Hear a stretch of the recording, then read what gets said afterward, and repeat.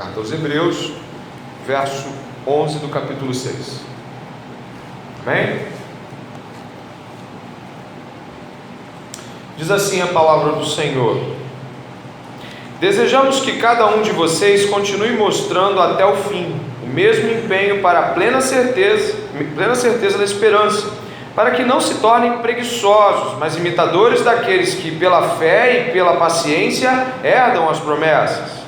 Pois quando Deus fez a promessa a Abraão, visto que não tinha ninguém superior por quem jurar, jurou por si mesmo, dizendo: certamente eu o abençoarei e multiplicarei os seus descendentes. E assim, depois de esperar com paciência, Abraão obteve a promessa. Porque as pessoas juram pelo que lhes é superior, e o juramento, servindo de garantia, põe fim a toda discussão. Por isso, Deus, quando quis mostrar com mais clareza aos herdeiros da promessa que o seu propósito era imutável, confirmou-o com um juramento. Ele fez isso para que, mediante duas coisas imutáveis, nos quais é impossível que Deus minta, nós, que já corremos para o refúgio, tenhamos forte alento para tomar posse da esperança que nos foi proposta. Temos esta esperança por âncora da alma, segura e firme, e que entra no santuário que fica atrás do véu, onde Jesus, como precursor, entrou por nós, tendo se tornado sumo sacerdote para sempre, segundo a ordem de Melquisedeque. Vamos orar mais uma vez, clamar ao Senhor para que Ele fale aos nossos corações. Amém? Pai querido, é com muito temor e tremor que nos aproximamos do Senhor. Certo estamos, ó Deus, de que a Tua graça é que nos trouxe aqui. A Tua graça é que nos confirmou, diante dessa noite, a certeza de que Deus nos atrai com benignidade. Teu povo está ávido por ouvir Tua voz, não a do pregador, porque Deus não tem compromisso com a voz do pregador, mas com a palavra de Deus, com a Escritura. Então, para que todos nós, Senhor, tenhamos certeza do que o Senhor quer dizer, confirma com Teu Espírito em nossos corações. Abre as nossas mentes para que venhamos a entender as coisas que antes eram obscurecidas. Senhor, toca nos nossos corações e não nos deixe amortecidos, distantes da Tua graça. Nos faz ver Tua promessa, Senhor. Mostra claramente, plenamente os Teus propósitos para nós. Queremos Te adorar essa noite, Te adorar em espírito e verdade. Que cada um que está aqui, ou que vem ainda chegar, Senhor, possa se aproximar de Ti com muita reverência. Pedir que o Senhor realmente, Pai, faça uma mudança no coração. Nós Te agradecemos, em nome de Jesus. Amém.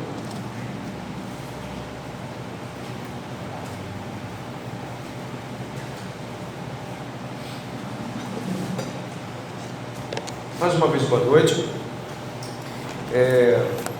Nós vamos estar diante de um texto muito bonito, muito rico, e vamos estar estudando o verso 13, onde você pode repousar os seus olhares aí, onde Abraão e toda a temática acerca de Abraão se inicia, até o verso 20. Esse texto é um prelúdio para o assunto principal do capítulo 7, o sacerdócio eterno de Melquisedeque. E o autor, após seguidas advertências, ele conclui, ele amarra o seu argumento no verso 20. Ele conclui uma sessão de explicações e advertências, e o tempo todo ele está trabalhando com promessa e advertência, até que ele chega no verso 20 e amarra um assunto. A partir do capítulo 7, nós vamos ter um outro assunto principal que se estabelece em termos do sacerdócio de Cristo. Existem alguns temas centrais no livro de Hebreus, na carta aos Hebreus, que são temas que estabelecem o conceito do livro. Algumas frases soam forte, como o Cristo que foi levado para fora do arraial, e sigamos o seu vitupério, como diz na Almeida Corrigida, né? Sua vergonha. Também o livro fala muito de véu, aquele véu que ficava dividindo a área onde a arca não podia ser vista, daquela entrada onde o sumo sacerdote uma vez por ano iria até lá e teria um encontro com a presença de Deus. Alguns outros temas recorrentes nesse livro são a fraqueza diante da perseguição. Porém, existem dois que se estabelecem com mais força. E eu vou partir da ótica de quem recebe a carta. Ou seja, eu vou estar pensando nesse momento em termos de público. Eles recebem uma carta e ao ler a carta aos Hebreus você percebe certas ênfases. Uma delas, eu queria ressaltar aqui, é uma advertência muito clara quanto à descrença. Você que está copiando vai encontrar a descrença sendo advertida no capítulo 3, verso 12, capítulo 4, verso 1, 10, 26 e mais umas 3 advertências quanto à descrença, quanto ao ato de ouvir, mas não responder com fé. Nós vamos encontrar como personificação da descrença algo que já foi abordado claramente aqui, que é a descrença do povo de Israel no Egito. E depois de sair do Egito, ainda que descrente, vendo tudo aquilo, permaneceu descrente no deserto. O povo de Israel tipifica a descrença para o autor de Hebreus. E também tem um outro tema importante, que não é a mesma coisa: o desânimo. O autor de Hebreus também trata do desânimo do público. O público de Hebreus está desanimado. A igreja que está recebendo essa carta nitidamente precisa ser animada a congregar, porque não está se congregando, animada a permanecer na fé, porque não está estudando. Os irmãos perceberam algumas semanas atrás, onde nós lidamos com o fato de que o autor duramente os acusa de serem infantis espiritualmente, por negarem o avanço em termos de estudo. Logo, apesar de vários aspectos serem enfáticos, eu gostaria de ressaltar 2 essa noite: advertências quanto à descrença e advertências quanto ao desânimo. Vá comigo no capítulo 12, por favor, que você vai perceber claramente essa ênfase e essa preocupação do autor quanto ao desânimo. O capítulo 12, onde uma série de falas já foram concluídas, o capítulo 12 é muito enfático quanto a essa preocupação: desânimo. Grave essa palavra. O capítulo 12, verso 1 diz assim: portanto, também nós, visto que temos rodear-nos tão grande nuvem de testemunhas, livremos-nos de todo o peso do pecado que tão firmemente se apega a nós e corramos com perseverança a carreira que nos está proposta, olhando firmemente para o autor e consumador da fé. Repare a palavra firmemente, com firmeza, ou seja, com permanência constante, o qual, em troca da alegria que lhe estava proposta, suportou a cruz, sem se importar com a vergonha, e agora está sentado à direita do trono de Deus. Portanto, pensem naquele que suportou tamanha oposição dos pecadores contra si mesmo, para que vocês não se cansem nem desanimem. O desânimo é uma fala recorrente. O desânimo acontece por muitos motivos, desde cansaço físico, a confusão mental, a lutas, abalos, perturbações, pressões, crises internas. Pecado nos desanima. Pecar e ter de lidar com o dia depois do pecado nos desanima. Tentações. O desânimo, ele é frequente nessa carta. E avançando dentro dessa perspectiva, Simon Kistemaker, que foi o comentarista bíblico que continuou com os comentários de William Hendrickson, que são muito bons, o Simon, ele aponta de que há uma centralidade, principalmente no capítulo 6, onde ele ressalta uma frase que me chamou muita atenção no seu comentário. Ele fala sobre o desânimo e responde que a carta aos Hebreus aponta para um âmago sobre essa questão de descrença e desânimo. Ele fala assim: o autor nos encoraja a fazer da esperança uma prioridade espiritual em nossas vidas. Eu vou ressaltar: uma esperança que é guia da jornada. Um tipo de coisa do qual você não apenas sabe que existe, mas que conduz tens a jornada, uma esperança que é um mapa, que é uma bússola, que é um aio, que tutoreia a jornada. Gostei dessa fala dele, porque existem entre nós sempre pessoas desanimadas, existem entre nós sempre pessoas que sofrem com aspectos de descrença e obviamente pecam por isso, mas a descrença e o desânimo, sendo uma ênfase nessa localidade da carta pelo menos, nos faz pensar em nós mesmos essa noite, no que nos anima, no que nos desanima, no que nos faz crer mais ou crer menos, ou mesmo se nós estamos crendo, ou se estamos animados pelas coisas certas, né? Nessa compreensão aqui, onde a descrença ela é personificada pelos israelitas no deserto, né? Onde eles são prostrados no deserto porque eles não creem e por isso eles morrem no deserto, eles não entram na terra prometida. Você vai caminhar um pouco e percebe de que o autor vai apontando vez após outro a uma sequência de coisas que ele quer ressaltar. Perceba, por favor, que no capítulo 6, dê uma olhada, do verso 4 ao verso 6, nós temos aqui, com certeza, um desfecho, um apontamento central desde a descrença até a debilidade, a fraqueza, a infantilidade espiritual, e aí então uma condição a qual o autor contrapõe a ideia de que se você de fato é salvo, você tem fruto e não tem como não ter fruto. E aí muitos falam que a apostasia, nós estudamos aqui, e o pastor afirmou do ponto de vista daquilo que o Senhor deu como graça a ver, de que nos tratam de apóstatas, não na literalidade de se darem as costas por estar na fé, mas de que aparentemente estavam, mas nunca estavam. E conhecemos muitos casos assim, certamente conhecemos muitos casos assim. Eu gostaria então de ressaltar agora de que modo o autor de Hebreus vai trabalhar com descrentes e desanimados. Ele tem uma metodologia. D.A. Carson fala sobre isso comentando a carta aos Hebreus. O autor de Hebreus, ele não simplesmente trata os desanimados como vamos embora gente, vamos conseguir, mas ele trabalha com os desanimados com um certo passo a passo. E ele começa, antes de falar com os desanimados no capítulo 12, ou mesmo chegar até o verso 20 do capítulo 6, ele começa fazendo aquilo que todo mundo deve fazer quando alguém se aproxima de você, ou com descrença ou com desânimo. Qual é a primeira coisa que você deve fazer? Se ela se diz cristão, você deve lhe fazer lembrar das promessas. E é a primeira coisa que o autor faz no capítulo 4, verso 1, onde ele aponta para as promessas. Existe um povo cansado e desanimado, e depois daquele lindo prólogo sobre Jesus Cristo, depois daquela amarração maravilhosa sobre Moisés, o servo, ele vai apontar para o descanso final, para o sabá. A gente estudou o sabá, e é ali que ele começa a trabalhar a perspectiva do ponto de vista do público descrente e desanimado.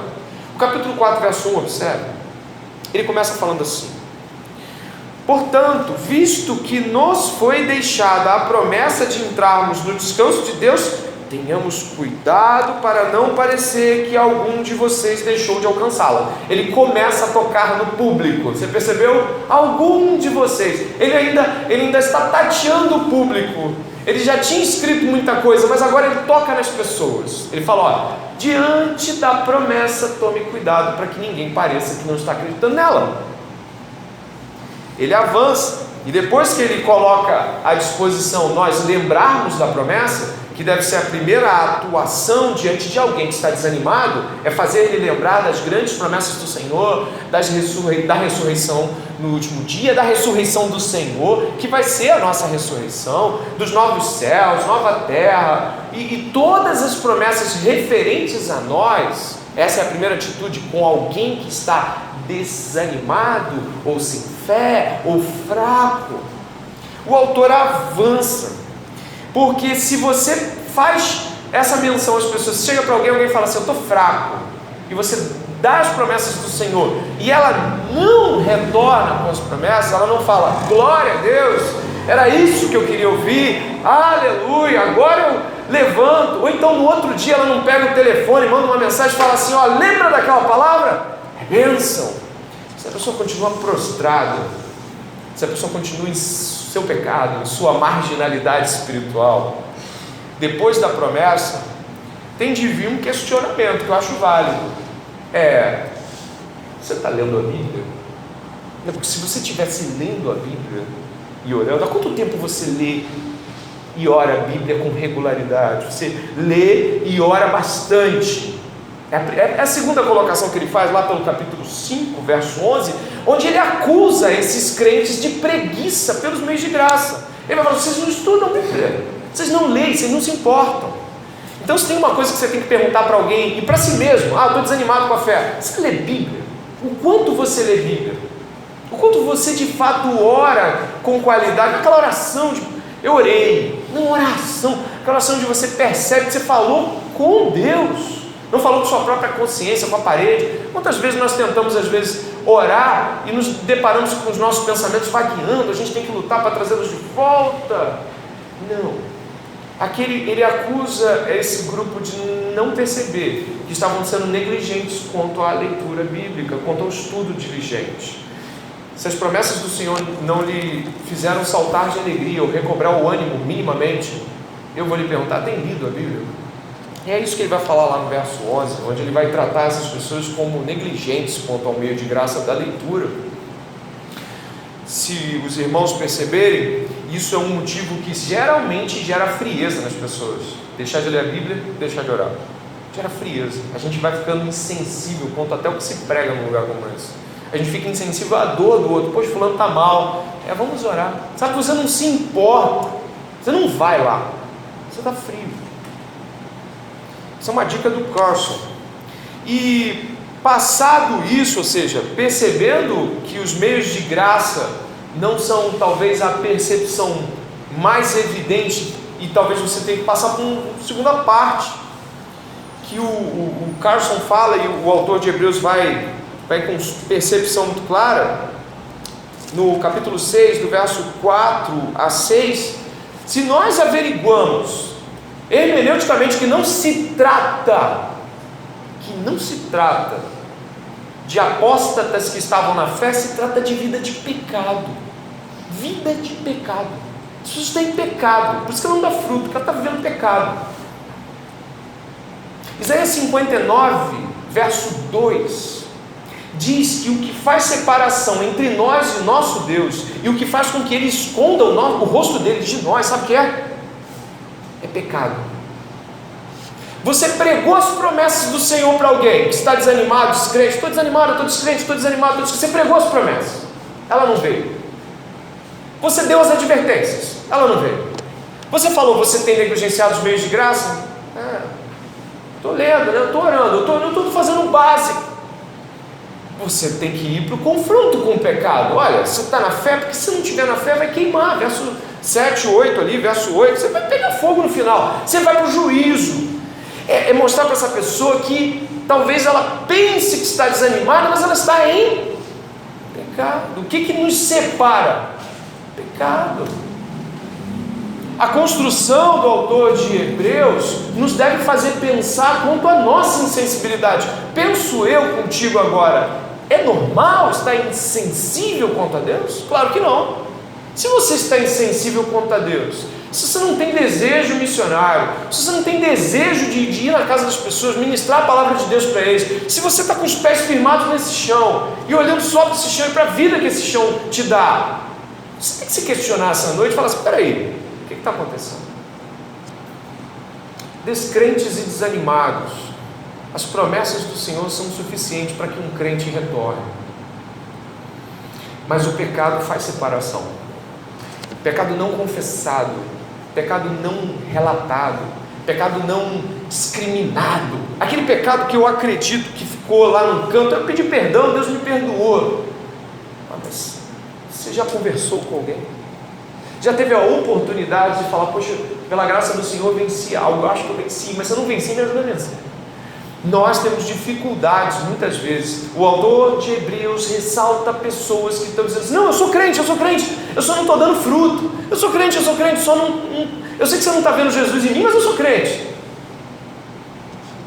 É preciso um confronto, e é preciso que esse confronto aconteça.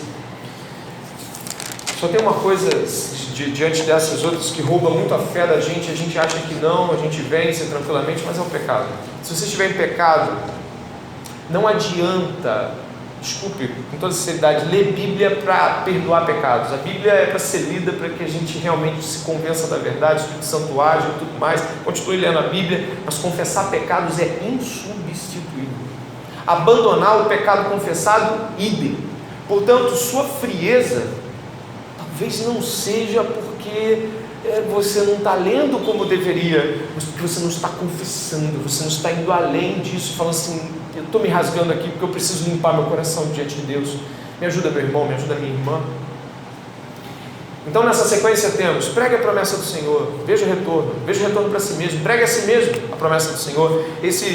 Esse aspecto interessante trazido pelo J. Carlson fala que é a metodologia do autor de Hebreus: promessa, advertência, isso é pecado, fique atento. E é engraçado porque depois ele volta com as promessas. É como se fosse um ciclo. Depois parece que o pessoal retorna para ele, não, mas vamos de novo às promessas, que é o que você encontra do verso 9 em diante até o verso 20. Ele retorna com mais promessas. Aquelas do capítulo 4, elas voltam com mais ênfase agora na pessoa de Abraão. Por isso, e por favor, não adianta a gente trabalhar o cristianismo como se fosse apenas uma questão de internalidade. Eu sou cristão aqui dentro. O verso 7 do capítulo 6 ressalta que o cristianismo interno sempre gera fruto. Não tem como. Então ele sempre é público. Sempre há fruto. Quando não há fruto, algo está errado. Avançando dentro dessa exortação, o verso 7 nos traz uma observação muito interessante que vai nos ligar ao continuar desse sermão. Olha o que o verso 7 diz no capítulo 6. Porque a terra que absorve a chuva, a terra somos nós, né? As parábolas agrícolas de Jesus, nós somos o solo que recebe a semente, que recebe o que vem do alto. Paulo vai dizer que Deus quem dá o crescimento. Mas olha que interessante a afirmação do verso 7. Porque a terra que absorve a chuva, que frequentemente cai sobre ela e produz plantas úteis para, leia por favor, aqueles que recebem bênção da parte. Aqueles somos nós. Por mais que você de fato creia, e deve crer, que a graça vem do alto, analogamente uma chuva de graças do Senhor, de bênçãos, aqueles que a cultivam somos nós. E agora, o que o autor vai tratar? Como cultivar isso? Como de fato se relacionar com isso? E ele vai ressaltar no verso 12: para que não se tornem preguiçosos, mas imitadores daqueles com aqueles, pela fé e pela paciência herdam as promessas. Ele vai entrar com 3 palavras-chave que você pode gravar, escrever, e a gente vai usar hoje para estudar. Ele vai falar de fé, ele vai falar de paciência, ele vai falar de promessa. O cultivo do verso 7 é um cultivo dessas bênçãos. Quem nos dá a fé? Quem nos pode fazer com que a paciência cresça? Quem nos traz esperança? Mas essas bênçãos precisam ser cultivadas. É preciso haver uma relação com as bênçãos de Deus de tal modo que elas sejam cultivadas. De que modo você se relaciona com essa bênção que Deus te deu, que é a fé? Deus te dá fruto do Espírito? Sim, paciência é um dos gomos desse fruto. Como você cultiva o que houve essa noite? Deus não está abençoando você essa noite? Sim, ainda vamos falar sobre coisas maravilhosas. E penso, como você ara o solo que o Senhor está dando essa noite? O Senhor está fazendo chover bênçãos espirituais das regiões celestiais. Aí você vai para casa e vai assistir televisão, Você não vai para casa e medita. Tem gente que copia coisas e nem usa depois, nem lê, pega, escreve em caderno, no celular e depois não faz nada com aquilo. O que você faz com o que o Senhor faz cair toda quinta-feira, todo domingo de manhã, todo domingo de noite, as pregações que tu assiste pela televisão? O que você faz? Você cultiva isso? E é sobre isso que vamos falar agora, sobre o cultivo da fé. E o personagem que o autor de Hebreus vai escolher em antítese, em contraposição aos israelitas no deserto, é Abraão. Ele vai usar Abraão como aquele que soube cultivar esse solo de fé, de graça e de esperança. E é agora onde nós vamos entrar a partir do verso 13, por favor. Pois quando Deus fez a promessa a quem? A Abraão, visto que não tinha ninguém superior por quem jurar, jurou por si mesmo, dizendo: certamente eu o abençoarei e multiplicarei os seus descendentes. É muito importante que você que está ouvindo esse estudo saiba quem é Abraão e o que Abraão recebeu. Vá até o livro, a epístola de Paulo aos Gálatas, por favor, marque com o dedo Hebreus, mas vai até Gálatas, para você entender a importância que Abraão tem na compreensão bíblica do próprio Evangelho. Em Gálatas capítulo 3,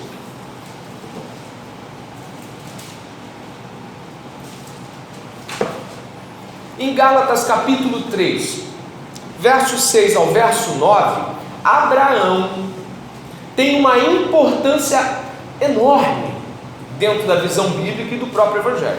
Olha isso, 3:6. É o caso de Abraão, que creu em Deus, e isso lhe foi atribuído para a justiça. Saibam, portanto, que os que têm fé é que são filhos de Abraão.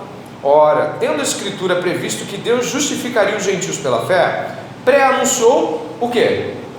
O Evangelho a Abraão, dizendo: em você serão abençoados todos os povos, de modo que os que têm fé são abençoados com o crente Abraão. Estaremos diante do que na narrativa do 13 até o 20? Diante do Evangelho. Nós vamos estar olhando para a história de Abraão como quem olha para a fé evangélica, para a fé do Evangelho, como se comporta alguém que cultiva a fé evangélica. E devolvendo nosso olhar a Hebreus, o crente Abraão, um homem que era ímpio. Abraão não tinha linhagem separada, Abraão era de um público nu, completamente idólatra, o politeísmo, ou seja, a quantidade de deuses era enorme. Abraão era pagão, Abraão não tinha Bíblia, Abraão não tinha absolutamente nenhuma relação com Deus, ele já havia estado distante, gerações e gerações de Adão, de Enoque, havia uma separação geracional muito grande. Abraão era um camarada sem pai e mãe crente. Abraão então é o tipo de gente que ouve pela primeira vez, já aos 75 anos de idade, ele ouve a voz de Deus, aos 75 anos de idade. E ele ouve a voz de Deus sem, obviamente, ter nenhum conhecimento prévio sobre Deus. E o que Deus fala é que ele siga Deus, sai da tua terra, da tua parentela. Ele destaca Abraão num processo de separação comum ao Evangelho, que é tirar você do mundo e vir para o mundo de Deus, ainda que nesse chão, como Jesus ora pelos apóstolos. Então, a partir dessa observação, eu gostaria que você e eu firmássemos os pés em dois casos da vida de Abraão que são citados pelo autor de Hebreus. Abraão tem duas situações onde ele muito claramente nos mostra como devemos agir diante das promessas. A primeira situação em Gênesis 15, marque Hebreus por favor aí, mas vamos ao primeiro livro da Bíblia, Gênesis. A primeira situação em Gênesis 15, muitíssimo importante, que o autor de Hebreus vai ressaltar,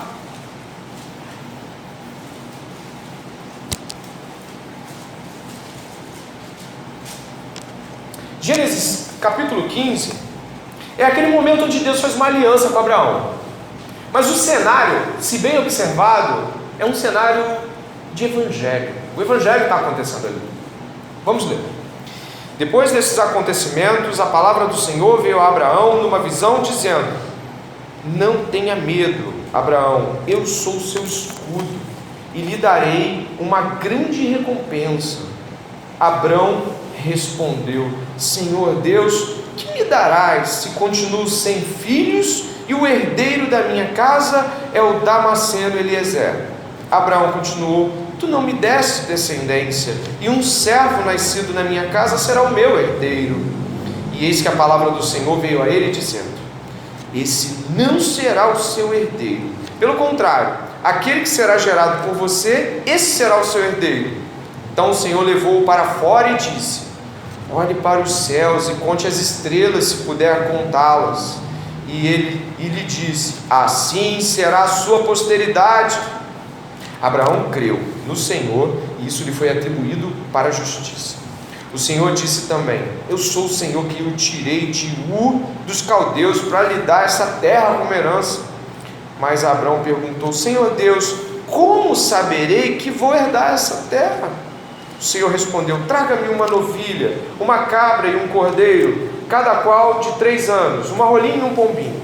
Abraão trouxe todos esses animais, cortou-os pelo meio e pôs as metades umas diante das outras.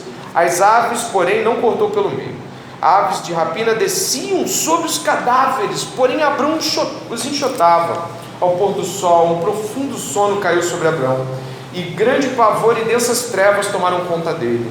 Então o Senhor lhe disse: fique sabendo com certeza que a sua posteridade será peregrina em terra alheia, será reduzida à escravidão e será afligida durante 400 anos. Mas eu castigarei a nação que os escravizava. Depois eles sairão com muitas riquezas, e você irá para junto de seus pais em paz, será sepultado em boa velhice.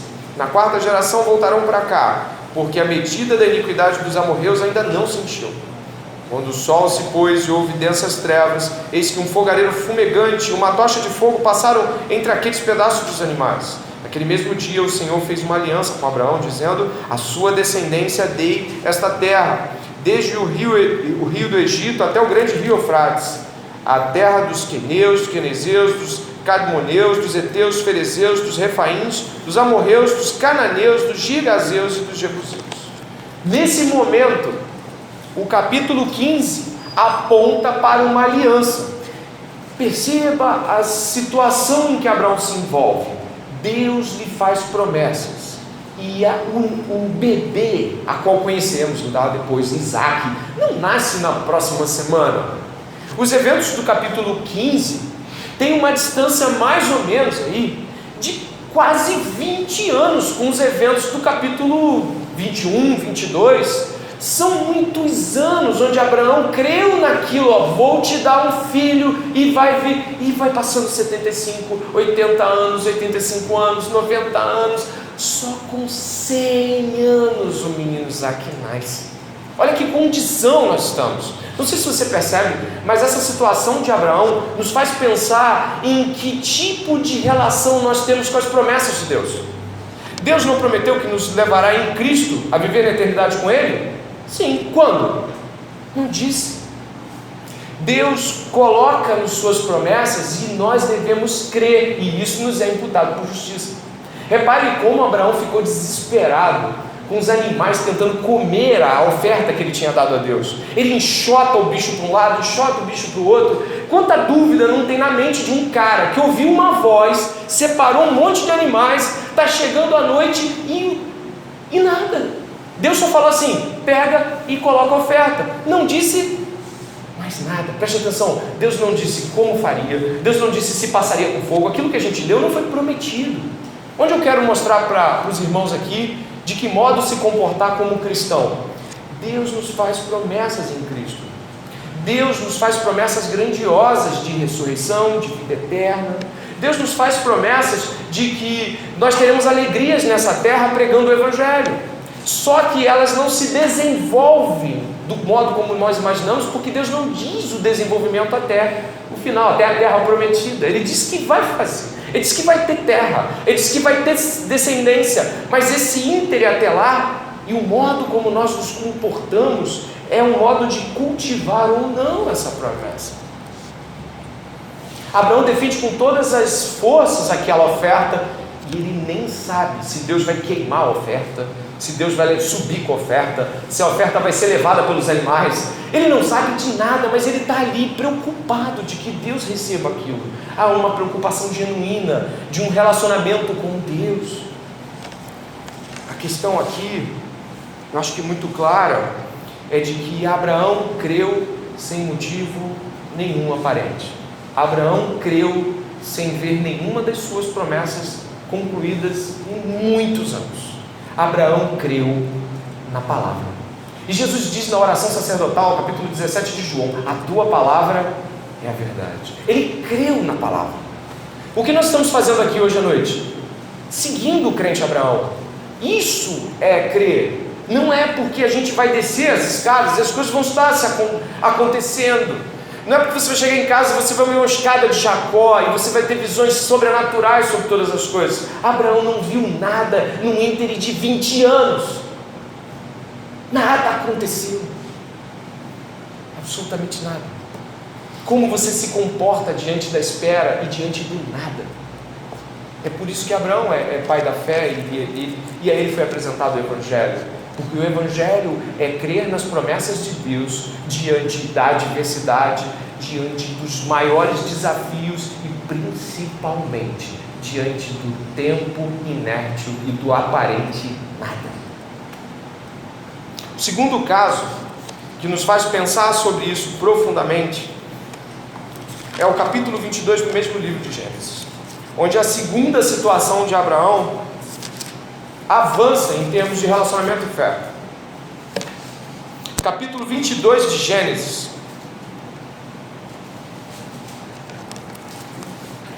Deus já tinha dado um jovem Isaac, né, o sorriso de Deus, assim traduzido, alegria, sorriso.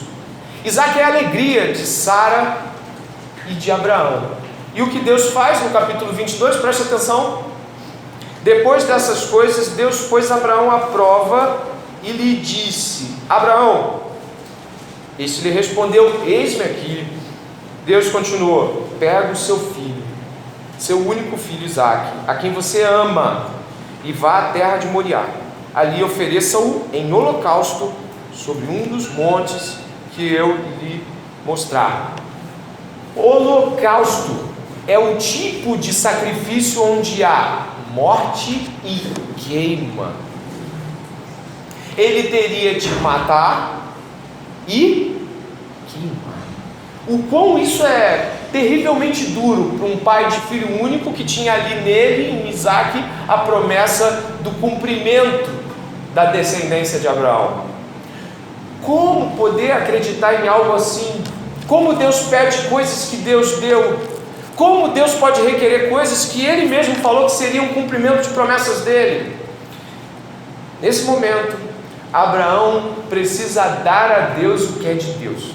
Nesse momento, Abraão precisa confiar que Isaque não era dele. Até que, de fato, ele conseguisse levar esse menino até o final. E aqueles que conhecem a história, o anjo brada antes do punhal entrar: basta, agora sei que me amas, porque não me negaste o teu único filho. Se algo é de Deus, e essa é a fé evangélica, nunca dizemos não a Deus.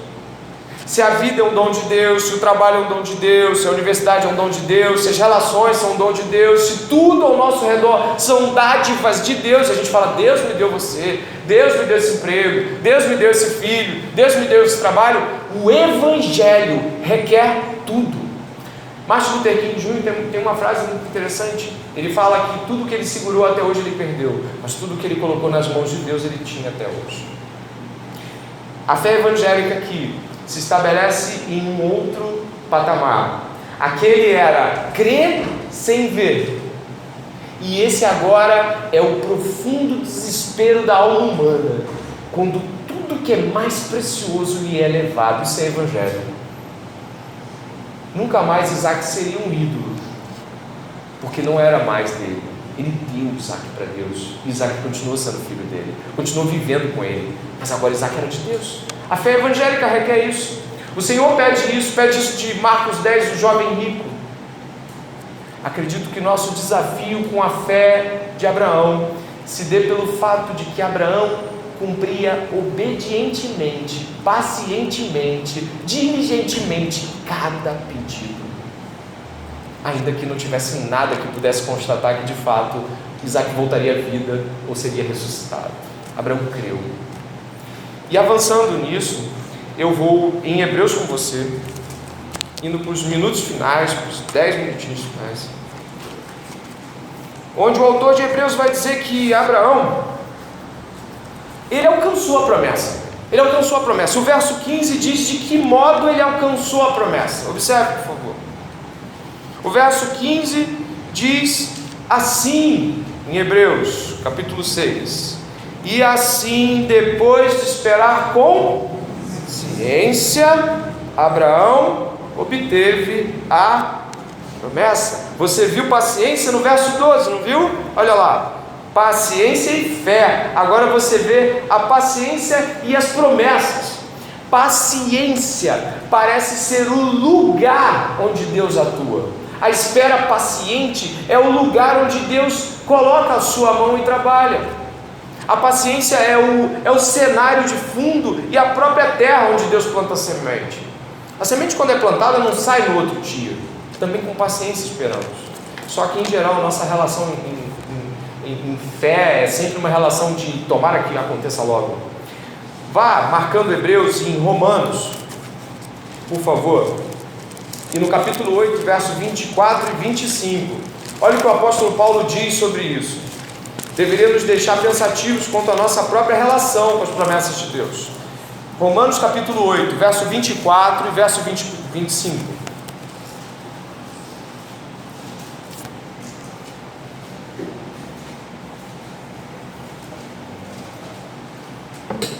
Romanos capítulo 8, verso 24 e verso 25.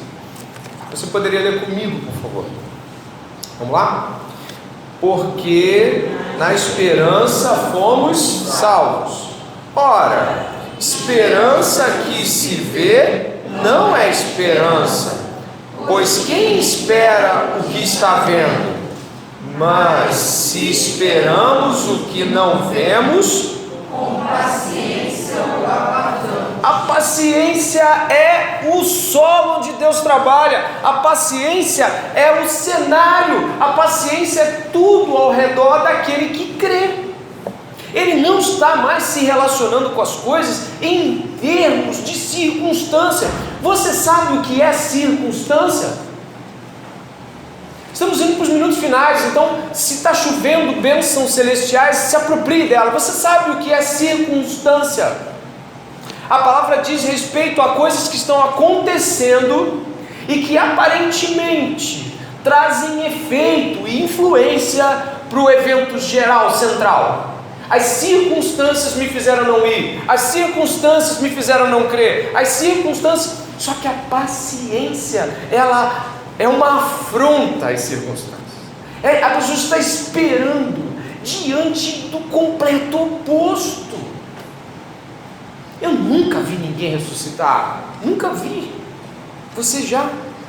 Eu já estive em funerais, nunca vi. Eu nunca vi um monte de coisas que a Bíblia diz que podem acontecer, mas eu espero pacientemente vê-las. Eu espero pacientemente que um dia cada uma dessas palavras de Apocalipse vai se desdobrar de forma literal e vai aparecer diante dos nossos olhos. Eu creio na volta de Jesus e eu espero pacientemente. E esperar pacientemente precisa ser uma espera no qual nós estamos de acordo com a esperança. A esperança é o motivo, a paciência é o modo como eu espero. Quem espera pacientemente dá provas de que tem confiança no que espera. Você está tão paciente. Por que você está paciente? Porque eu sei que vai vir. Você está tão paciente, você está tão resoluto, você está tão calmo, a situação parece que se abate sobre você. Eu sei que vai acontecer. Nunca vi o justo mendigar o pão, e aí o pão vem com o nome de Jesus, e aí todo mundo fica achando um absurdo a gente passar fome às vezes, mas quando o pão veio, ninguém quis comer, o pão que veio do céu. Jesus falou que o pão dos israelitas não os fez subir, mas o nosso Senhor é o pão da vida, é o alimento diário, é o sustento de cada crente. Logo, continua valendo. Eu nunca vi o justo mendigar o pão. Esperamos pacientemente no pão que veio do céu, Jesus Cristo. A espera paciente é o modo com o qual você vê se alguém realmente acredita em algo.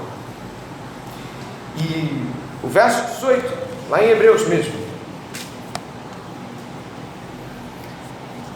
centraliza uma questão importante aqui.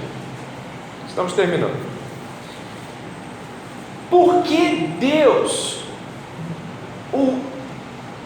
falamos tanto de promessas, né? Como Deus mostra que o negócio dele é com promessas? Olha o verso 18. Ele fez isso, ou seja, Deus jurou por si mesmo, ele fez isso para que, mediante duas coisas imutáveis, a saber, Deus jura e Deus faz promessas, duas coisas que não podem mudar porque são feitas com base em si mesmo.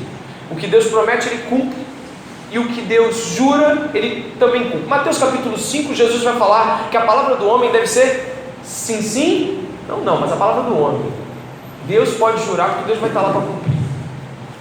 E siga, por favor, observe, nos quais é impossível que Deus minta. Nós que já corremos para o refúgio, tenhamos forte alento para tomar posse da esperança que nos foi proposta. Deus leva tão a sério suas promessas que, para mostrar de que isso é fundamental, ele jura. Ele jura, sabe? Imagine Deus colocar a si mesmo como penhor, Deus colocar a si mesmo como estrutura no qual se fiar, não tendo ninguém maior do que ele a que se fiar. Deus fala assim: confio em mim mesmo que eu vou cumprir essa promessa. É porque Deus está apontando, dizendo assim: viva por promessas, creia em promessas, não creia nos seus olhos veem, não creia no que você está vendo ao seu redor, creia em promessas, espere pacientemente. Olha os exemplos da Bíblia.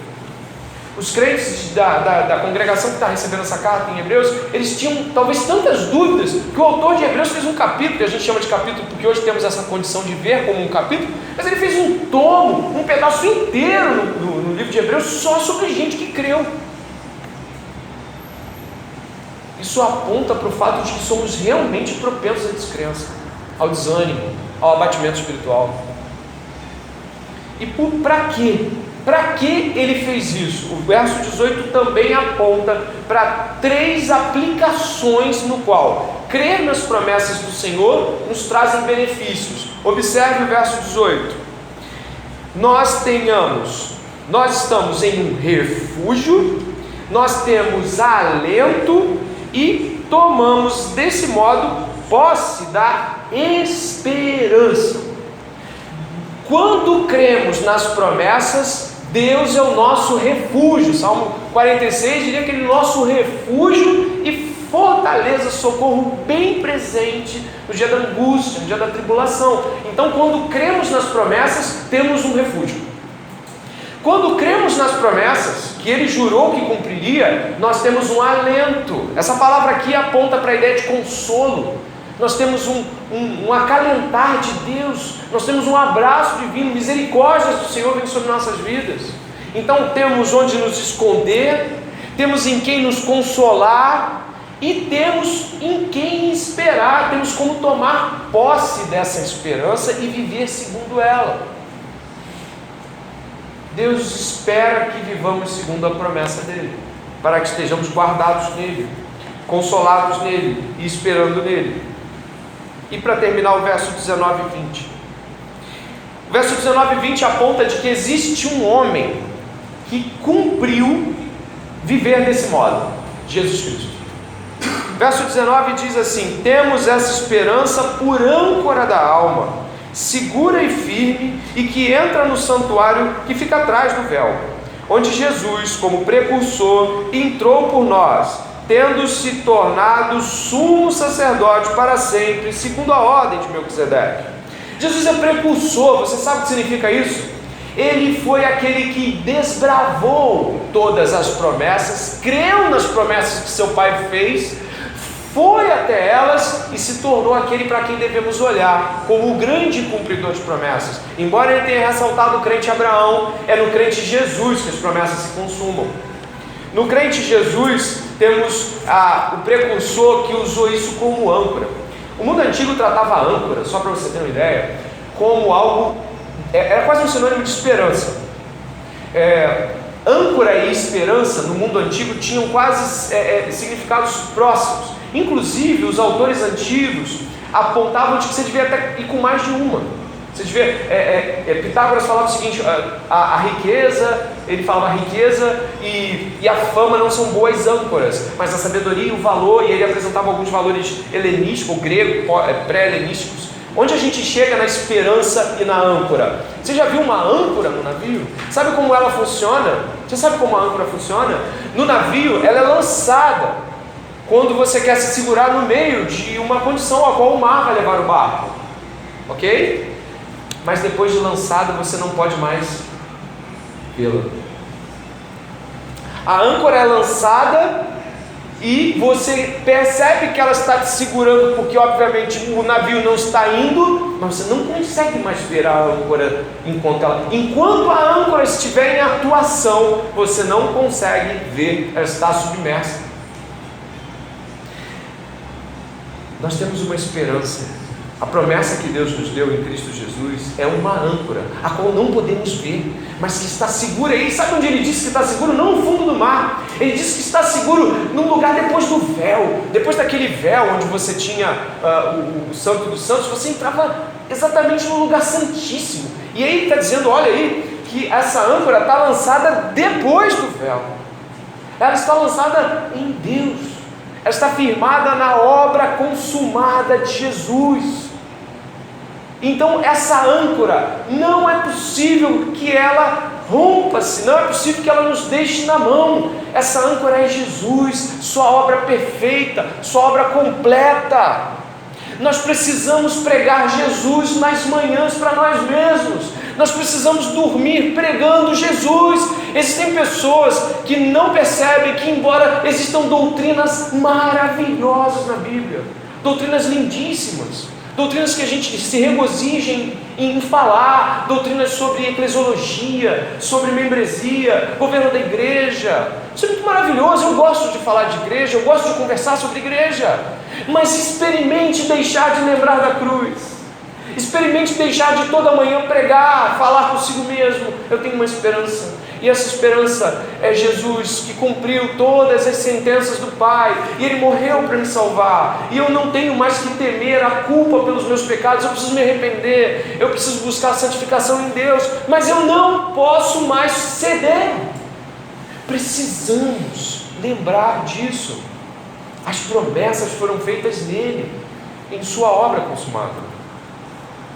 O desânimo de muitos crentes é porque, mesmo estando lendo, mesmo estando orando, estão se esquecendo dessa âncora, estão se esquecendo de Jesus, lembrando às vezes quando pregam para alguém, mas não lembrando que são alguém que precisa sempre ouvir a mensagem da cruz, sempre essa âncora forte. A paciência, eu já citei aqui certa vez numa escola bíblica, a paciência com qual Jesus lidou com a morte, vendo que ela estava iminente, tanto antes ali no Getsemane quanto na própria cruz, é uma paciência que era comum, diz Tertuliano, não a homens livres. E eu ressalto uma frase que já disse aqui na igreja. Tertuliano, um cristão que viveu mais ou menos ali no ano 160 da era cristã, ele disse que a paciência era a resposta de pessoas que não tinham a liberdade de definir seus próprios objetivos ou fazer escolhas. Era a resposta de escravos que só podiam obedecer e se submeter à vontade de um Senhor. E Tertuliano avança dizendo: Jesus transformou a paciência em virtude, porque paciência era coisa de quem não tem escolha. Mas para nós ainda é. A paciência que nós temos esperando nas promessas ainda é coisa de quem é escravo, ainda é coisa de quem não quer mais a própria vontade. Jesus Cristo se tornou para nós a âncora, sua obra consumada é sólida, e qualquer um que essa noite se apoiar nisso, se lembrar disso, e isso penetrar no coração, vai lançar para fora todo o desânimo e toda a descrença. Creia nas promessas do Senhor, creia, assim como Spurgeon, com uma frase pequena de Isaías: olhai para mim todos os erros da terra e sejam salvos. Como essa frase pode fazer com que um jovem de 16, 17 anos possa ser salvo? Ele olhou para a âncora e creu. Isso lhe foi imputado por justiça. Que nessa noite você se lembre do Evangelho que Paulo prega em 1 Coríntios capítulo 15, onde Jesus Cristo morreu ao terceiro dia ressuscitou segundo as Escrituras, que foi visto por Cefas, foi visto pelos 11 e depois por 500 pessoas, e foi visto por você também. Lembre-se essa noite de quando conheceu Jesus e de como Jesus já atuou na sua vida dezenas de vezes. E essa noite creia nessa âncora que é o Senhor e na sua obra. Amém? Oremos ao Senhor. Pai, em nome de Jesus Cristo, pela graça do Senhor, nós estamos aqui reunidos essa noite, crendo a Deus que as tuas misericórdias estão sobre a vida de cada pessoa, crendo que o Senhor não fez o homem para que ele estivesse no caos que ele se encontra, crendo que o Senhor, Pai, não nos criou e nos salvou para sermos desanimados, nos arrastando pelos cantos, para termos esse desânimo costumaz de quem esqueceu das promessas. Que essa noite as promessas de Jesus Cristo venham e levante esse crente, que as promessas de Jesus venham e levante essa pessoa desanimada, que está olhando para as circunstâncias, ao invés de, assim como o crente de Abraão, pacientemente esperar pelas promessas do Senhor. Senhor, que não é homem para mentir, e que jurou e prometeu e é fiel para cumprir, Senhor. Levanta-nos, ergue-nos nosso espírito.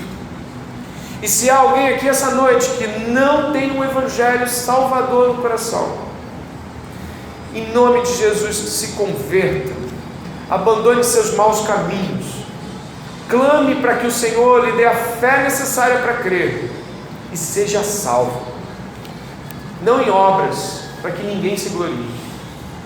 Anima-nos, Senhor, a ver pessoas salvas nos cultos de quinta, a ver pessoas salvas em nossos trabalhos, universidades e famílias, a continuarmos crendo no poder do Evangelho, de que quando o Evangelho é pregado, Senhor, pessoas são salvas. Ajuda-nos essa noite a parar com essa besteira de achar que já pregou, pregue de novo, que a tua igreja creia no poder do Evangelho, e que hoje à noite, Senhor, ouvindo novamente que o Senhor tem promessas a nosso respeito, que elas se cumprem em Jesus Cristo e sua obra, que venhamos a crer de todo o coração, para a glória do teu nome, e em Jesus oramos. Amém e amém.